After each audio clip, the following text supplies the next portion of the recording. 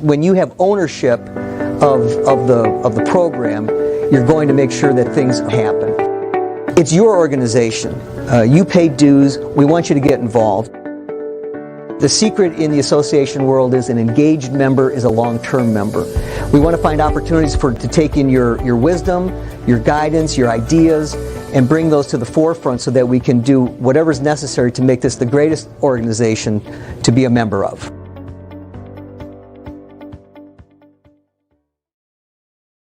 Hi, everyone.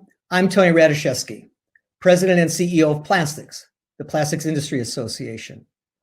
We are the preeminent plastics industry trade association in the United States, representing the entire plastics supply chain, including many companies whose leaders you already heard at this fantastic event. Our members include resin suppliers, equipment producers, mold manufacturers, and processors such as Berry Global, Nova Chemicals Corporation, Westfall Technique, and Husky. They also include market analysis firms such as RTI Global. Plastics also represents recyclers and funds the Recycling Partnership, another organization that contributed to this year's Plastics, Caps, and Closures Conference from Plastics News. I hope you had the chance to see their presentations on the latest caps and closures trends in our industry. I'm proud to join them here and work on their behalf in Washington, D.C. and around the country, where our association champions the nearly 1 million plastic employees in the United States.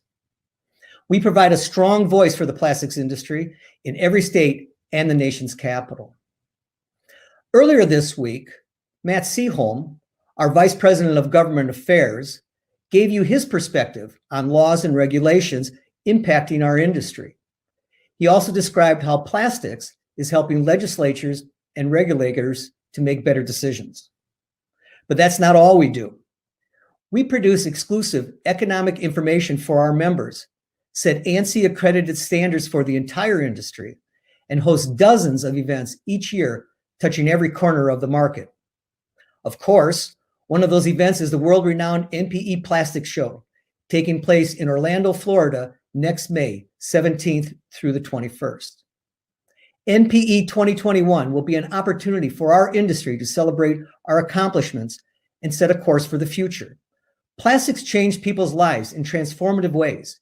At NPE, you'll discover the latest machinery and sustainability methods that are transforming end markets, from consumer products and medical devices to automotive and construction. Today, more and more people understand the value of plastics to their lives, and millions more will as the Plastics Industry Association promotes the good work of our members, growth for our industry, and the benefits to people all over the world. These benefits include environmental ones, as plastics saves time and energy. Plastics even saves lives, as we've known from recent experience.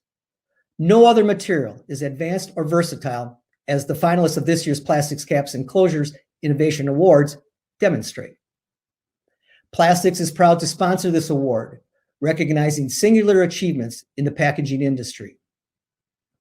The 2020 finalists are the Coca-Cola Company's post-consumer recycled content closure for Dasani bottled water, Clayton Corporation's first of its kind aerosol-style closure for Fire Aid brand of fire extinguishers, and Calyx Containers Easy Grip one-step container lid for medical cannabis.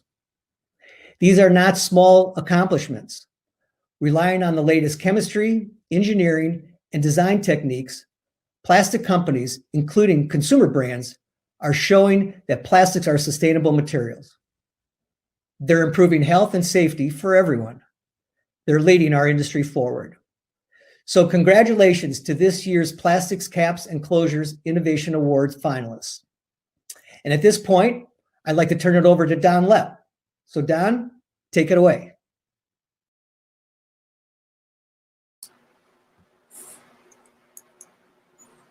Thank you, Tony. Good morning, and welcome to our last day of Plastics News Caps and Closures 2020. I'm Plastics News Editor Don Lepp. Today it's my pleasure to host one of the highlights of this event, and that's our annual Innovation Award. We have three really interesting finalists, and we're going to hear from key representatives from all three, and give you a chance to ask them questions before we announce the winner. Before we get started, here's a video to get everyone acquainted with the finalists.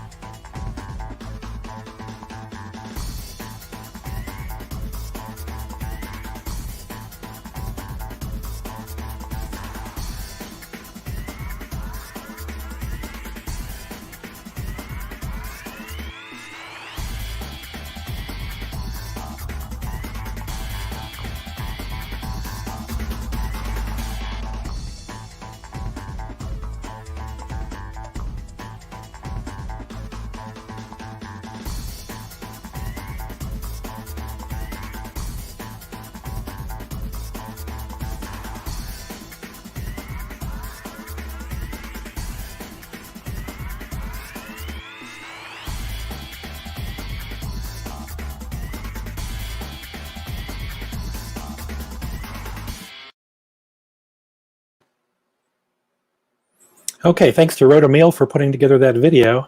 Now we'll hear from all three companies.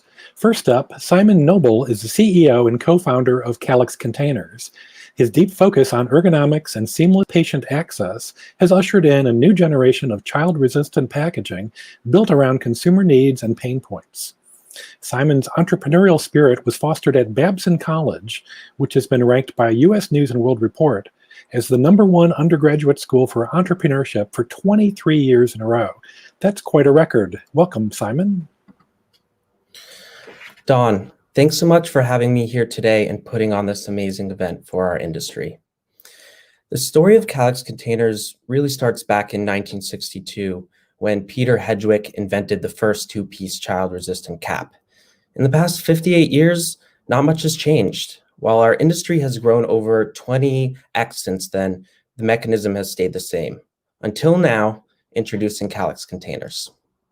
On my next slide, you can see that while Calyx Containers cap technology is at the core of our product portfolio, we truly are an ecosystem, empowering hundreds of brands in high-growth industries. We build inventory management and transportation solutions around both our glass and plastic closure technologies that reimagines how the modern supply chain should work. This holistic approach reduces labor costs, increases productivity, and enhances compliance for all members involved. My next slide demonstrates how we go above and beyond in our testing and design to surpass child-resistant certification standards and streamline the opening and closing experience. We believe that no one should get frustrated when trying to access their medicine or close their containers correctly. Gone are the days of misaligned or jammed threadings. My next slide shows how we've developed a multi-purpose cap enclosure that is able to interact with both glass and plastic containers in different ways. To open our concentrate container, you simply squeeze the sides of the cap and lift up to release the mechanism. To close, you push down on the cap and are greeted with an auditory click to know that your contents are secure. Our plastic bases function a little differently by pinching on the base to open and close the same way as with glass. The next slide illustrates that no matter the material, our stackability and modularity works in unison to provide flexibility in the product formats we can securely store. With this capability, we provide our customers with more options for creative point of retail bundling and organized home storage. On the next slide, you really can see how it all comes together. We use multi-shot injection molding to increase product freshness and recyclability. We've also developed a friction-fitted FEP multi-contour liner that increases barrier properties and provides an anti-stick surface so customers don't lose any of their expensive product. We didn't stop there though. Calyx has also pioneered new glass molding technologies to create the first ever mass-produced square neck glass jar. My next slide illustrates that while form follows function, innovative packaging must also be aesthetically pleasing. We design our products to be sleek and clean so that all the brands we work with can shine through. My next slide conveys how we measure our success at Calix. We care so deeply about our end users and want to delight them with the experiences they have with our packaging.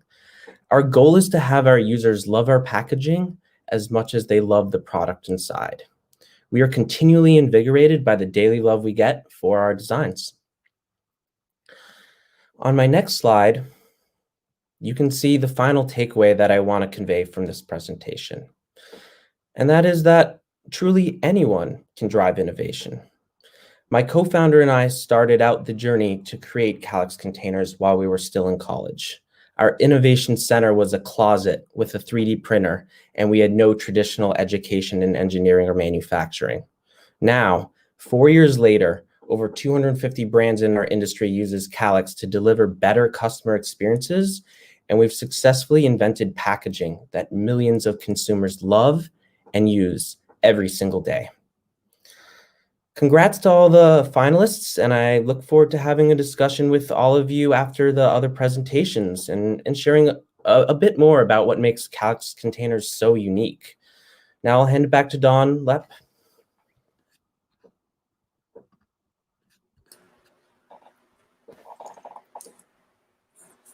Thank you, Simon. Next up, we'll hear about Clayton Corporation's entry.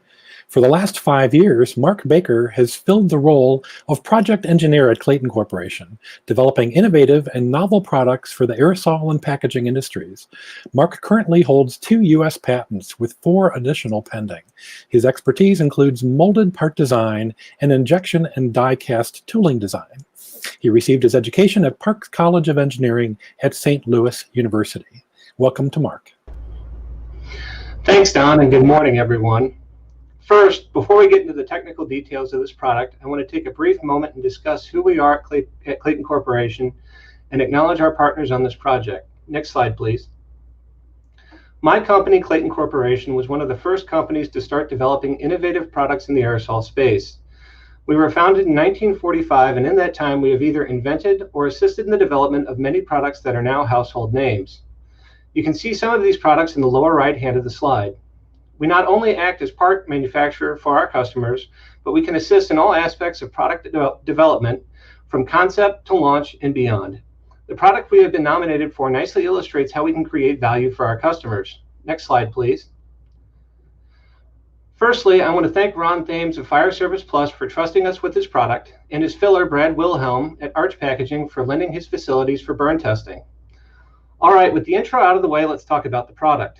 When Fire Service Plus contacted us, they were actually looking to replace an aerosol valve that one of our competitors had discontinued. After talking to Ron about all of our capabilities, it was determined that what he really needed was an aerosol package that could extinguish a UL 711 Class 1B fire. So without being too boring, for a device to be compliant with UL 711, it requires a pressure indicator, some sort of tamper evidence, and most importantly, it has to be able to consistently extinguish a 1B sized fire.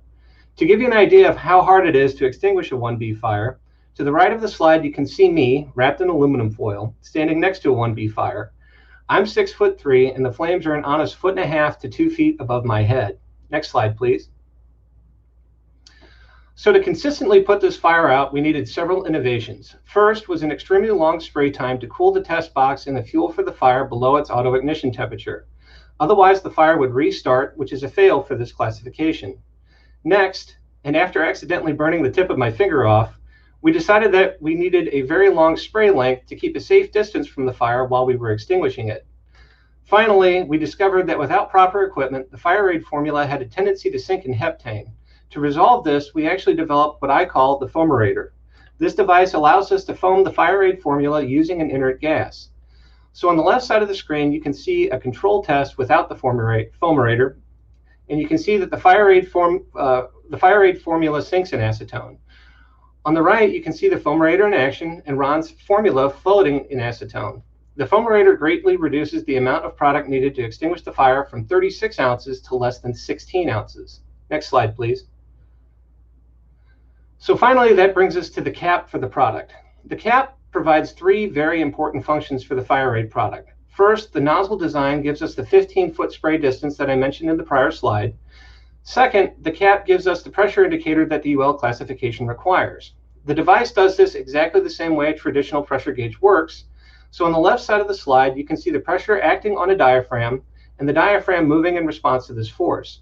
This movement is then amplified using some sort of mechanism, and the larger movement is then displayed on a scale. The cap by design acts in the exact same way, but instead of a diaphragm, we use an aerosol valve. So you can look at the cutaway on the right.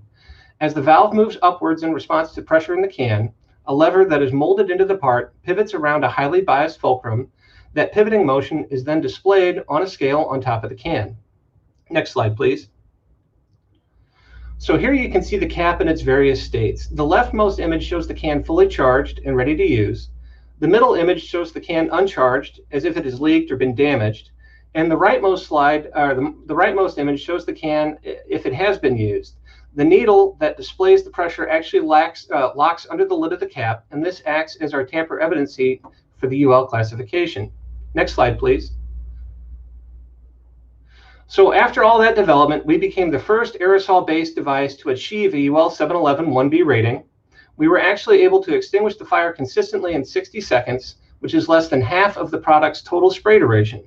Finally, Underwriters Laboratories was so impressed with the device that it is currently being considered for a UL 8 certification by their new and innovative department.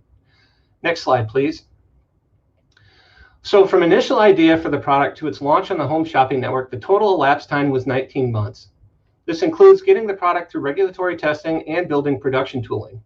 We are not done supporting Fire Service Plus and are hopeful that we will get a UL 8 certification and eventually acceptance from the DOT and the FAA.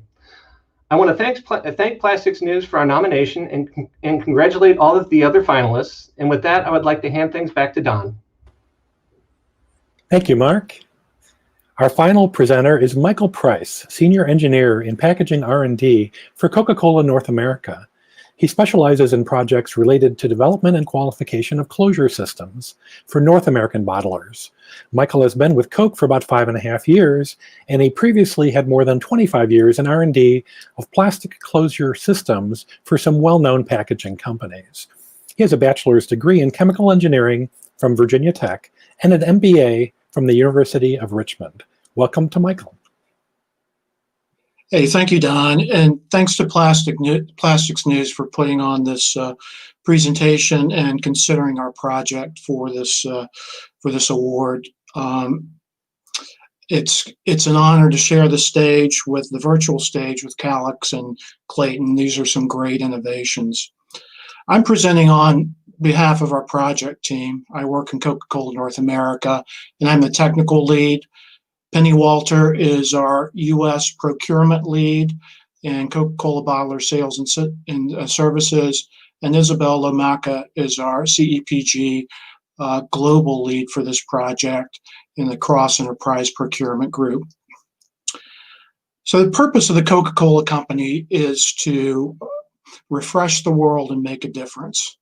And this project is our team's effort to make a difference in our World Without Waste program. So next slide, please. The World Without Waste program at Coca-Cola is a global program to attack the issue of plastic waste. It has 3 pillars and goals associated with those pillars. They're illustrated here in the graph. So a design pillar is to make all of our packaging 100% recyclable by 2025, and to make bottles and cans with an average of 50% recycled content by 2030. Even though it says bottles and cans, the intent is packaging, and closures fit into both of these goals. Then we want just not to use packaging and make it recyclable, but to collect and recycle, to drive that recycling circular economy by being part of the entire circular economy. So we want to collect and recycle an equivalent of a bottle or a can for every one that we sell by 2030. And then finally, we want to partner with organizations and governments in our industry and our customers to make all this happen. So the program is well designed. I really like the way it's been set up. We want to make sure that our packaging is recyclable. And then we also want to make sure that our packaging is in fact recycled. I think there's sometimes a gap between us as an industry saying that this is technically recycled and actually bringing to a point where it is recycled. So we want to be involved in that stream to collect the packaging and then to make sure it gets back into the recycling stream. And then we want to use this packaging, use this recycled material in our packaging. So we're driving this circular economy all the way through. Our progress is updated annually. We're 60% of the way there on taking back one bottle or can from every one we sell. 88% of our packaging is now recyclable, and we're at a 10% recycled material in our PET plastic. So we've got a lot of work to do, but we're committed to this World Without Waste program. Next slide, please. So our project was initiated back in 2017. But the work really started before then. Allison Lynn was a driver in this program before then in identifying materials that could be used for this type of project and understanding what the landscape was for FDA-approved materials. The project scope was pretty clear. It had to be an FDA-approved material, and it had to meet our internal regulatory requirements. And we wanted a closure that was invisible to the consumer and to our bottling plants. It would drop in, look the same, function the same, and as far as the consumer was concerned, it was exactly the same as our current cap. So we initiated this project in 2017. We selected Envision as the material of choice. Envision Eco Prime is a HDPE PCR material that is made from recycled milk jugs. So Envision has a process to purchase the milk jugs from the recycling system, grind them, sort them, and purify them to FDA levels. CSI was the closure supplier that was selected to work on this with Coca-Cola, and Reyes Coca-Cola Bottling, our West Coast bottling partner, stepped up to work with us on the initial launch of the project. We selected Dasani closures for the initial qualification and launch. As you know, Coca-Cola makes products with different types of filling processes, carbonated beverages, hot fill beverages. Dasani closures turned out to be the closure that seemed best suited for this initial launch. So we started with Dasani to begin with. Next slide, please. So as I said, the team was formed including Envision, CSI, and Reyes Coca-Cola Bottling. We selected a 30% PCR level.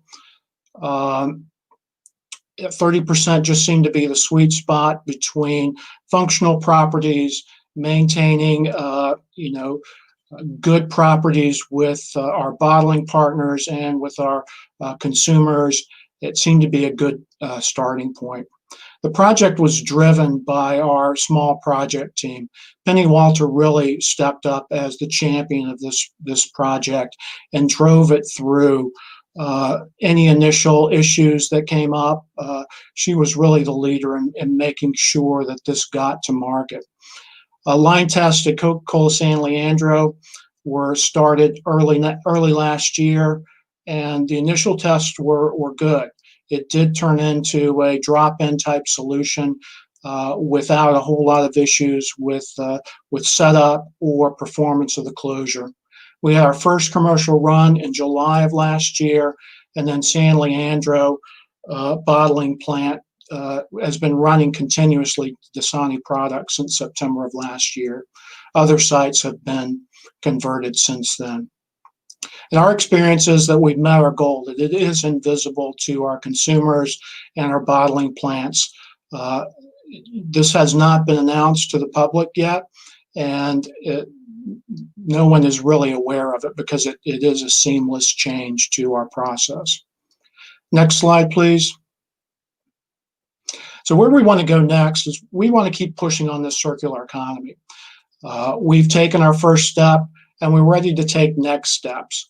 We want to see if we can increase our use of PCR materials in support of our World Without Waste program.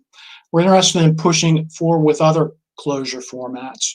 And we really want to continue to work with the industry to find new sources of PCR and improved sources of PCR, whether that's chemical recycling or some other method. So again, thanks to Plastics News for considering our project, and I'll pass it back to you, Don. Thank you. Thank you, Michael. Now it's time for the Q&A portion of our session. Before we get started, I'd like to remind viewers that you can send questions to pnevents@crane.com. So you can send those by email, or you can send questions by typing them into the social media platform where you're watching us live this morning. We're joined in the Q&A by two more experts who were involved with Coke's entry, Isabella Lomaca, Global Procurement Director for Coca-Cola Company, and Penny Walter, who leads the North American Closures Procurement Strategy at Coca-Cola Bottlers Sales and Service. So let's jump into the Q&A. First, a question for Simon at Calyx Containers. So Simon, you shipped me a box of your container samples, and I have to say that the presentation was beautiful, and that I'm interested in more information about the products that this was designed to package. You know, what were the package and closure designed for, and is there potential to use this in other applications? Hey Don, I'm really glad you like the sample kit. As a packaging company, we believe that even our secondary packaging needs to be both aesthetically pleasing and functional. So, you know, when you look at the samples in that kit and this mechanism, while we've created this for the cannabis industry because it's best suited for materials that have like volatile compounds in them, things like terpenes, and actually storing plant matter and keeping it fresh, there's a myriad of other applications for our products. Simply, we've created a better version of the pill bottle. And we have a lot of opportunities in nutraceuticals, pharmaceuticals, but you know, continually try and focus on more complex formats to store first and resolving those challenges, and then, you know, going to easier applications in the future. Mm-hmm. So the current application is a cannabis type product. Is it an oil, or is there a variety of things? Yeah, good question. So we package basically everything in the legal cannabis industry. So in our glass jars and products, we store products called concentrates. They're a format of cannabis where the compounds have been extracted, and you could think of it like it's like the consistency of honey. And so it's very challenging to store because it's sticky. It starts to evaporate at 70 Fahrenheit, and it's extracted in a way that it can permeate through the packaging easily. And so that's why we use a mixture of fluoropolymers and glass in addition to secondary sealing to store that. And then on our container side, like these, we're able to store flour, edibles, and we've got our integrated airtight gasket in here that we shoot in there, and that provides better sealing than the traditional liners you'll see in a caps, you know, like an F217 liner or something like that. Okay. Well, good. That kind of leads me into my next question, which is for Mark at Clayton Corporation. Mark, some of the things that you talked about, you know, meeting the UL 711 1B fire standard. I mean, you've really become an expert on the product that you're packaging. Is that something that you previously had, or did you have to get this expertise for this specific project? So out of the gate, no. I did work at a prior company doing oxygen regulators and whatnot, and received some burn testing and whatnot from them, but it was to prevent something from catching on fire, not actually putting a fire out. Uh-huh. when you come to Clayton Corporation, we don't necessarily start off as an expert in the product that you want us to develop, but over the course of the project, we definitely put our heart and soul into it and become the expert for you guys. So, and there was a lot of learning as we went, and trial and error, and a lot of burns along the way, but we eventually got it done, and I think we're very familiar with the regulatory environment at this time. Okay. Okay, so I've got a question for the team at Coke, and I know that Penny is the lead on that, so I'll address it to Penny. But if she can look to someone else if she needs to do that.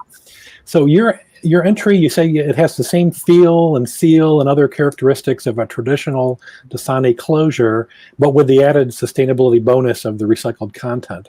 So how difficult was that to accomplish, and what were some of the hurdles that you had to leap in this 3-year process to get us to where we are today? Good morning, Don. The overall project was pretty technically difficult. Imagine taking post-consumer recycled content, so a different resin, and trying to blend it with virgin resin. And the best analogy that I can provide to you is imagine taking gummy bears and trying to blend it with vegetable oil.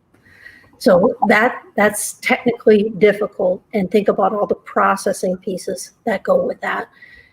Finding suppliers that can have an FDA-approved material was also a challenge in itself.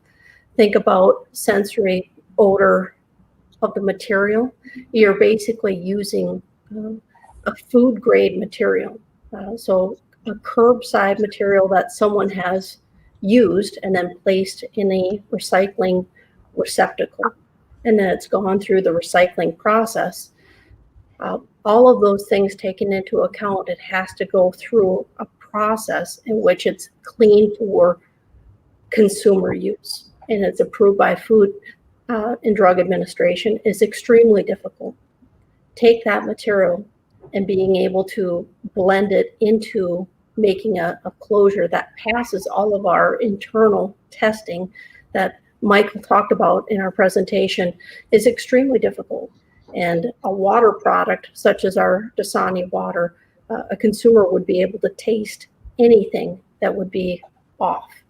So it's extremely important that we did due diligence and partnering with incredible companies such as CSI, Envision, and partners that weren't even talked about today in the presentation. I'm humbled by the folks that we work with and the brilliant minds that we have. Some of the challenges that we had to get to that, think about finding the suppliers, as I mentioned, and understanding the impact to the consumer.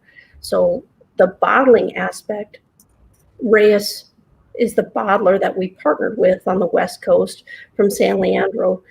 That was targeted. As we know, California is very progressive when it comes to recycling and come to initiatives that drive innovations with consumers.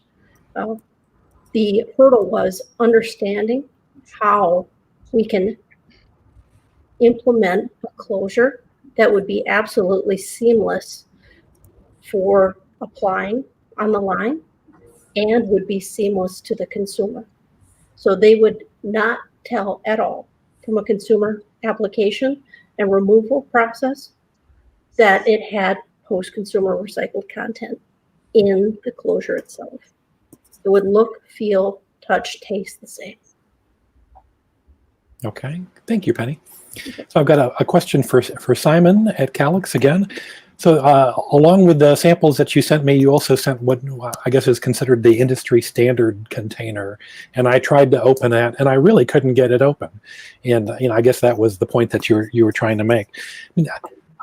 What role does design play here? What role do things like consumer research and focus groups and things like that?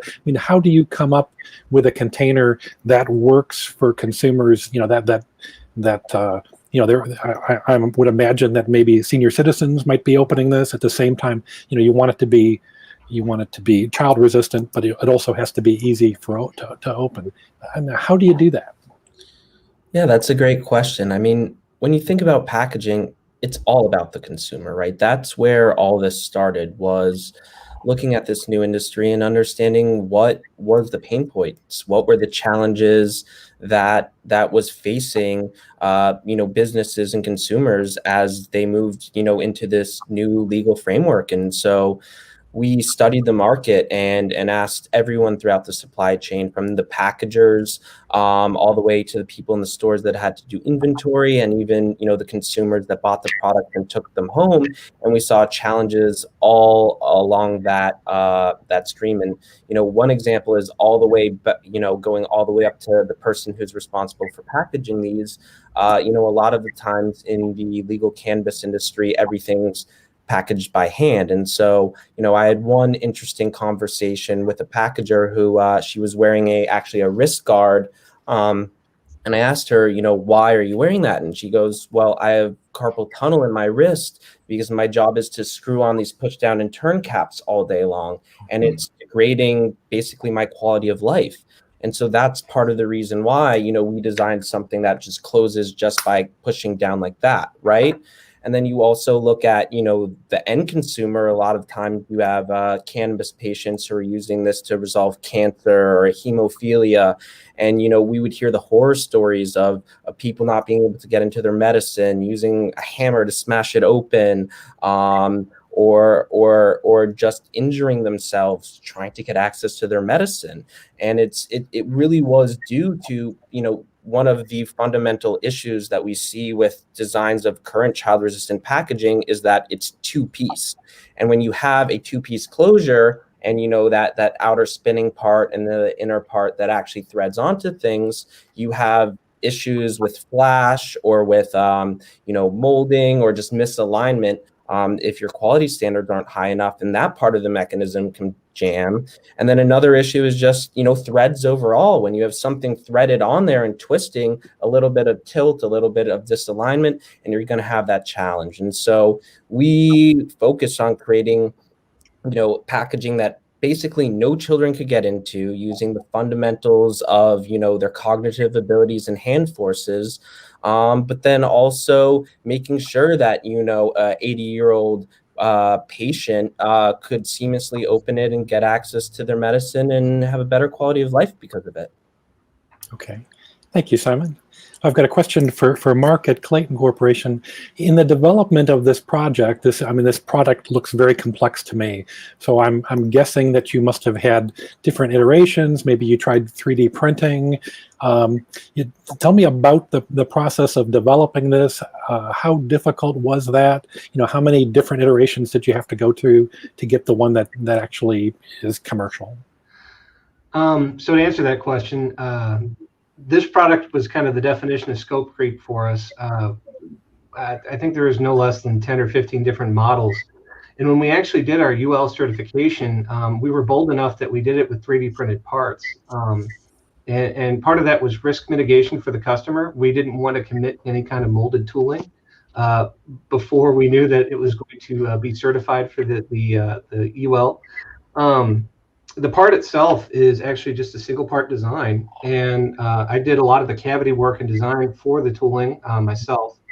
But if you look on the inside, it's all one direction pole with one slide on it, and yeah, that's basically the part. But it was a lot of iterations and a lot of trial and error.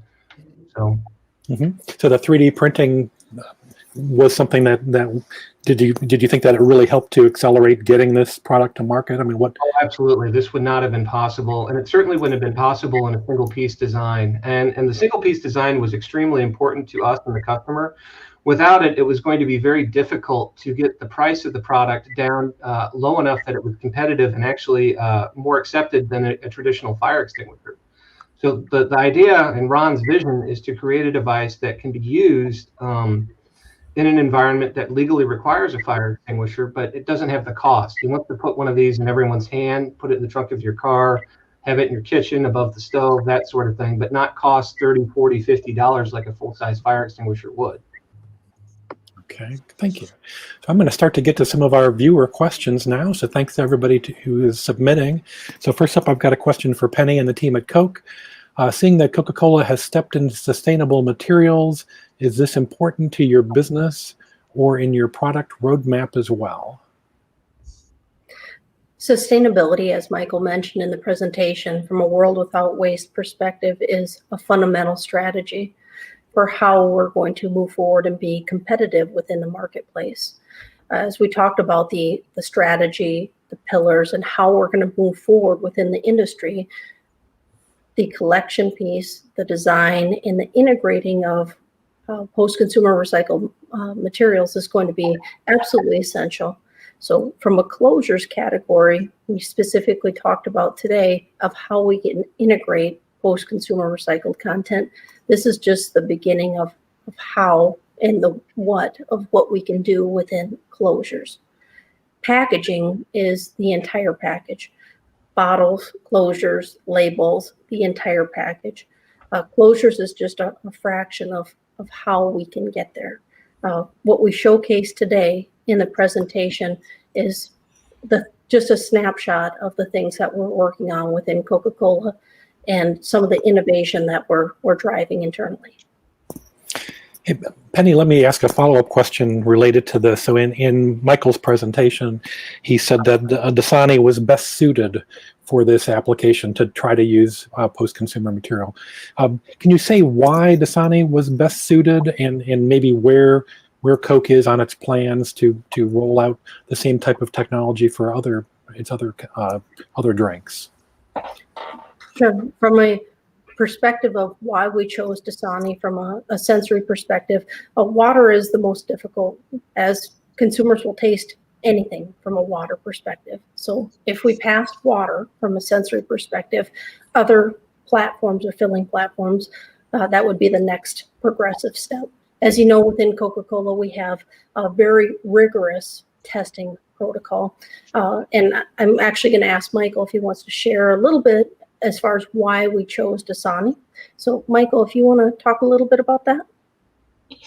Yeah, I mean, Penny says it's the most sensitive product that we for packaging materials. So if there's any influence of the PCR as far as sensory goes, we'll pick it up pretty quickly on Dasani. Beyond that, I'm not sure I would say it's the best suited, but it's the one that we chose. There are going to be challenges with any of the formats that we use. Carbonated products are going to stress the closure in some ways. Hot fill products would stress it in another way. It's just where we chose to start. I think one of the other advantages is the dark color. For the Dasani closures, we only have one color, and it's a dark green. There wasn't a whole lot of influence on color with this Envision material. Envision does a really good job of sorting out colors that come in with the milk jugs from the plastic caps. But there is a slight yellowish tint to the resin, and this helped with the dark green closure of masking any color shifts. Michael, while you're on, or this might be a question for Penny, a follow-up question. You talked about color. How about odor? Sometimes odor could be a factor when you're using post-consumer material, and I'm sure you don't want consumers to pick up any kind of a taste or odor when they're drinking Dasani water.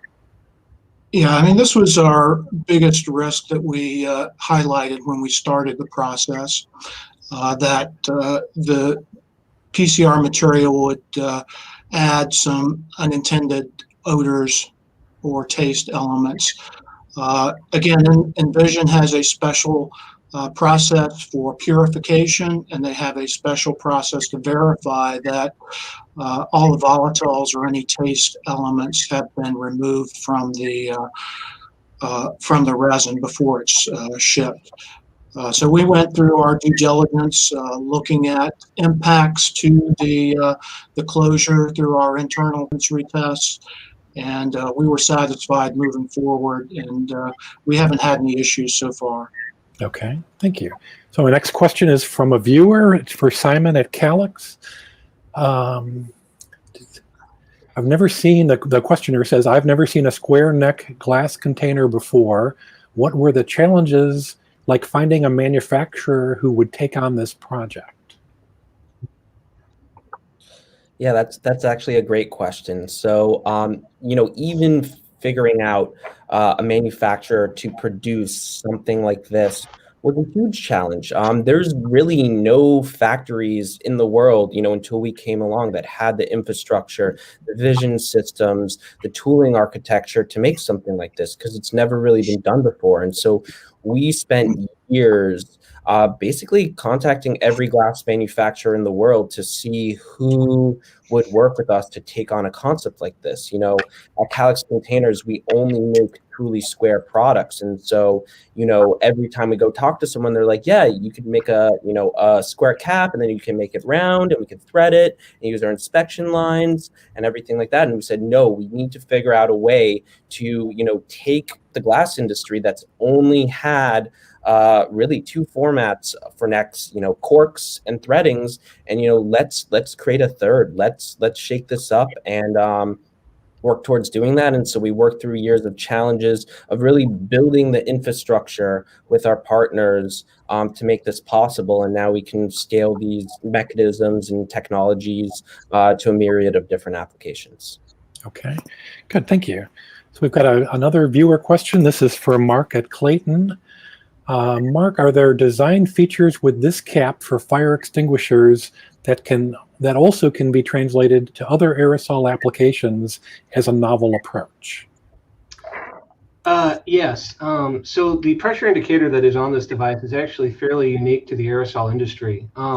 The only other analogous thing is the AC air conditioner refill canisters that you see at the auto parts store that have a pressure gauge on them. Mm-hmm. And those don't actually tell you the pressure on the inside of the can. It simply tells you the pressure of the air conditioning system while you're charging it. So as far as other industries, we've had a lot of interest from the self-defense industry, mace, for example.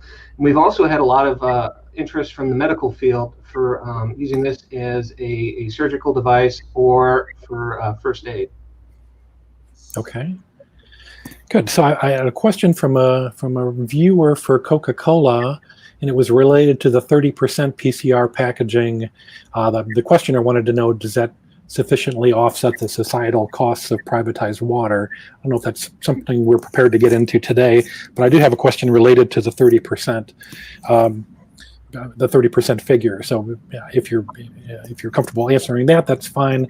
I'm also interested in, why 30%, and is there a maximum? Could you do a 100% PCR closure for any of your products? Sure, I'll take each question separately. So from a pricing perspective, obviously our goal is not to increase. We want to be competitive within the market.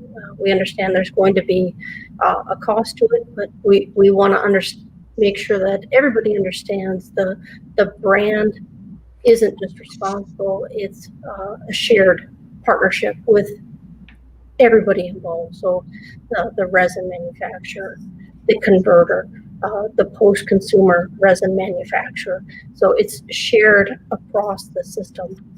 That's part of being a strategic supplier and a strategic partnership as far as the pricing perspective. And I want to give Isa a chance to respond from the global perspective. So Isa?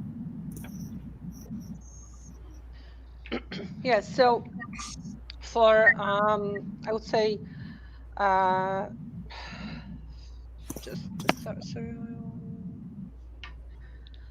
think what is very important is that for all of the plastic packaging that we are using, we really have the goal of to meet our world without waste. I would say with polyolefins, we have a lot of challenges, and when we look at PET industry, for example, that's much different. And so I think polyolefins industry now, with all of the recycled content, is maybe as the polyester industry was 10 or 15 years ago. So in our PET bottles, we do have 100% post-consumer recycling in some of the brands already, and other brand owners also announced that and launched on the market. in the polyolefins industry to get a food grade recycled content is extremely challenging. And I'm based in Europe, so I have also a European perspective. And for example, in Europe, this is, I think, what Alison Lin mentioned in her presentation earlier this week, that we, in Europe, the mechanical recycled content actually is not approved to be used for the food grade materials. So we need to find another way of making that. We are talking about chemical recycling or advanced recycling and so on. So is 30% PCR content a limit? We don't know, but this is our first step and that was the first attempt in our system. Therefore, I think it's a big milestone, and that's why we will be moving forward from that to other geographies. Okay, thank you. I want to make sure that we have enough time to get to as many questions as we can. So I'm going to give Simon a sort of a two-parter here. The first part is, we've heard Coca-Cola talk a lot about sustainability, recyclability, using recycled content. What role did sustainability types of concerns or issues have in this specific project? And this is not exactly related, but I'm also wondering, thinking about how people might buy a product that is going to be packaged in your material. Is buying online through Amazon, other vendors like that, is that also something that you had to consider in terms of like how your product is shipped, and then how the consumer experience with opening the container if they're having it shipped to their Don, that's a great question. And so sustainability really is at the core of what we are about here at Calyx. First it was the challenges of creating a new architecture and platform, in glass, multi-shot technology, fluoropolymers, and being able to combine that together. But, now that we've reached that point, we have our next generation. So, I'm very excited about our newest version of our cap. We have a 100% PCR version. Actually, so being able to go from that and get to 50 and 100% PCR in it is really a big step for us. And then also taking things and thinking about all the pollution and plastic in the ocean. We can't just be thinking about the plastic that's in the recycling stream, right? How are we getting the millions of bottles that are in the ocean out? And so we have actually our ocean plastic trays. So these are made out of plastic that's taken out of the ocean, reprocessed, and we're able to mold it into secondary products. And so, we are trying to remove waste, offer, high levels of PCR in our caps and products. And then your second part of your question was in regards to shipping, e-commerce, everything like that. That's part of the reason why we only make square products. Round bottles are very inefficient for transportation, right? And product density. With square, you can fit a lot more in a box. And that's why we've seen, innovation in the water space with like even square water bottles and things like that, like boxed water. And so we do that to streamline and cut down waste in the supply chain also. Okay, good, thank you. So another question for Mark from Clayton. The viewer says, I understand that the pressure indicator was a key element of this closure to gain UL certification. How difficult was it to design and develop the indicator? So the indicator, it took quite a while, and there was an incredible number of iterations before we got to the design we were happy with. The indicator measures only about a 15,000th of an inch rise in the cup, and it took a lot of design work to find a mechanism and a lever length that would amplify that enough that a person could see it at a distance while you were holding it. We wound up with I forget the final ratio, but the needle actually moves a little bit over almost a quarter of an inch, so you can pick it up very well. But it was quite challenging, and there's still some challenges ahead as far as making sure it's shelf stable for some of the UL8 testing that we have in mind going into the future. But yeah, it was integral and probably the biggest headache in the project. Okay. A lot of headaches. There we go. So I'd like to thank that's going to be our last question. I'd like to thank our viewers for submitting questions today. We have excellent questions. I'd like to thank our panelists for handling all of them. Okay. So the Plastic Cap and Closure Innovation Awards honor companies in the forefront in advancing technology, material usage, processes, performance, cost savings, and brand appeal. The submissions are judged in 6 categories: technology advancement, material advancement, process advancement, performance, cost savings, and brand appeal. So finally, here's the moment that we've all been waiting for.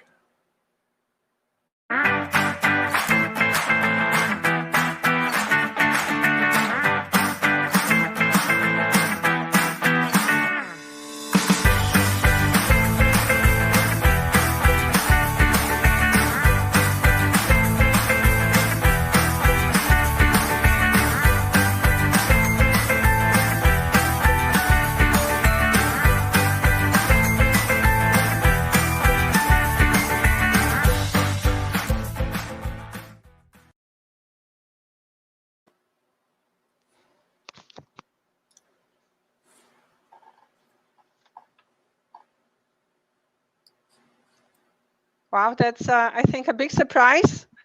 So on behalf of the entire Coca-Cola team, I would like to thank the Plastic News Forum for organizing the contest, for the recognition of our accomplishment and granting us the award. Let me also congratulate all of other finalists for their innovative initiatives and achievements. And all those initiatives make a very positive impact to our environment and are very much appreciated. And I believe the events and innovations such as these are essential to keep driving action and results towards a sustainable future. You all heard Mike earlier describing the project, its challenges and our learnings, so I won't repeat that. But I would like to stress that it has been the first use of the food contact recycled HDPE in our system. And as far as we are aware, is the first ever in the beverage industry. And therefore, it's a great milestone to be celebrated. So this initiative and innovation forms really a key foundation, as I mentioned earlier, for our future initiatives and progress in the closures area to achieve our World Without Waste goals. And again, I would like to thank all of the business partners whom without engagement and partnership, this project could not happen. So first of all, Envision, the recycled HDPE supplier. And I need to give a credit to our former associate, Alison Lin, who you all know from her speech earlier this week. She used to work with us, and she actually contacted Envision first and took them on board to initiate this project. The Closure Systems International, CSI, our closure supplier partner that produced the cups with the recycled content for the first time. And Reyes Bottling, our bottling partner that decided to pioneer this in our system. And of course, Michael Price and Penny Walter, our technical and procurement colleagues that coordinated and were essential to support this process. So finally, I would like to say that this award really means a lot to us. And as a company, as it demonstrates that something that a few years ago seemed to be impossible could really happen.